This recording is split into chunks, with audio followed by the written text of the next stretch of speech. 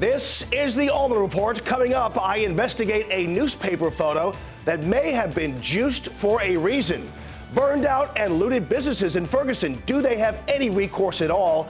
And big changes coming to Mizzou. We have a special guest in studio. The Allman Report starts right now. From the ABC St. Louis studios, this is the Allman Report. And happy Friday, everybody. Welcome to the Allman Report. Later on, my final word on media malpractice over this City Hall brawl. Got a lot of ground to cover, so let's roll with the Allman Report newsreel. Mizzou Athletic Director Mike Alden's last day on the job will be August 31, a press conference this morning in Columbia. Mike saying despite the challenges, he's proud of the accomplishments that have been made.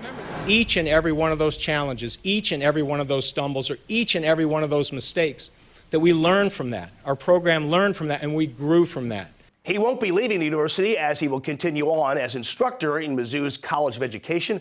We're going to talk more about the future of Mizzou later in the show with Mizzou Football Network's Howard Richards. Now, Governor Jay Nixon planning a trip to Cuba in March. Nixon will take the state's top agricultural official and several Missouri farm and business owners with him to Havana in an effort to build trade relationships there. Now, Missouri's elected officials won't be getting those pay raises this year. The state Senate voting it down, wisely, I might add.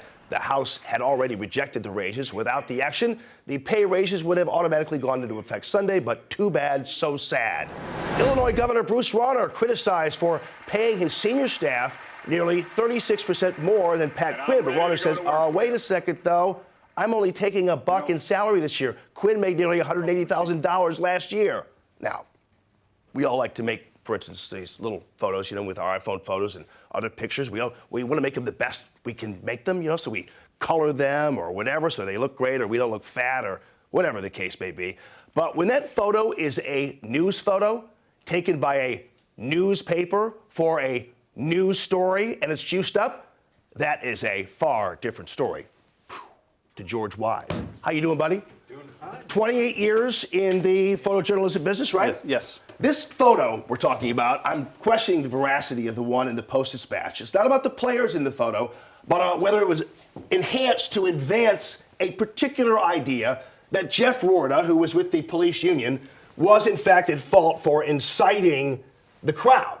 Now you look at this picture, George. I looked at it on the web today. I'm going, there's something not right about this photo. Start. If you look at the composition of the photo, there's a lot of things going on here. You have a woman over here with a cell phone taking a flash photo of this gentleman here, but you don't see any shadowing on him. Well, there's no depth to it. I mean, it's all flat. Like, this guy is as big as this guy. She's taking a picture there, and you would think this guy would be in the... I mean, it doesn't make any sense, this photograph. Right, and again, it's just the positioning of his torso and his head and where this arm is set here. But really, to me, it looks doctored, right. But this does look as if there's been an enhancement to sharpen him up so that you would focus over here. You look around his head here, it looks cut out. You get closer to the wristband, and you can tell it looks like they drew the wristband words in there. I am Darren Wilson. It's uncharacteristic of a person's wrist and how their arm is, turned and so forth. It just appears that even with the shadowing here, that something's been manipulated because you don't see the reflection of the wristband in the bench. But you see his shirt sleeve, which is also off. If you look at the lines here and here, they don't match up with the shirt cuffs. So something's happened to this in terms of a sharpening issue, as well as maybe a layer of something put in there. All right, so I emailed the Post-Dispatch. Robert Cohen took the photo. And of course, in Cohen's defense, the chances are, we know how everything operates. You take a photo, you dump it into some computer, and the editor guys all do whatever they want to do with it. So I'm not blaming this on Robert. But Robert Cohen did respond in his defense. As photojournalists, we do not Photoshop images beyond simple color correction and lightening or darkening as needed to bring the image back to as close to the original scene as possible. Objects are not moved, eliminated, or enhanced.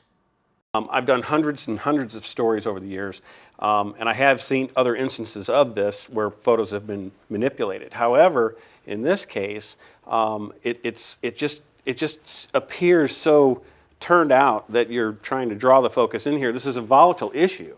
to have that kind of thing happening, it's not proper. Right, I mean, because the prevailing wisdom when they were talking about this case was blame it on Jeff Warda. He was inciting. This was the deal. We know that's not the case.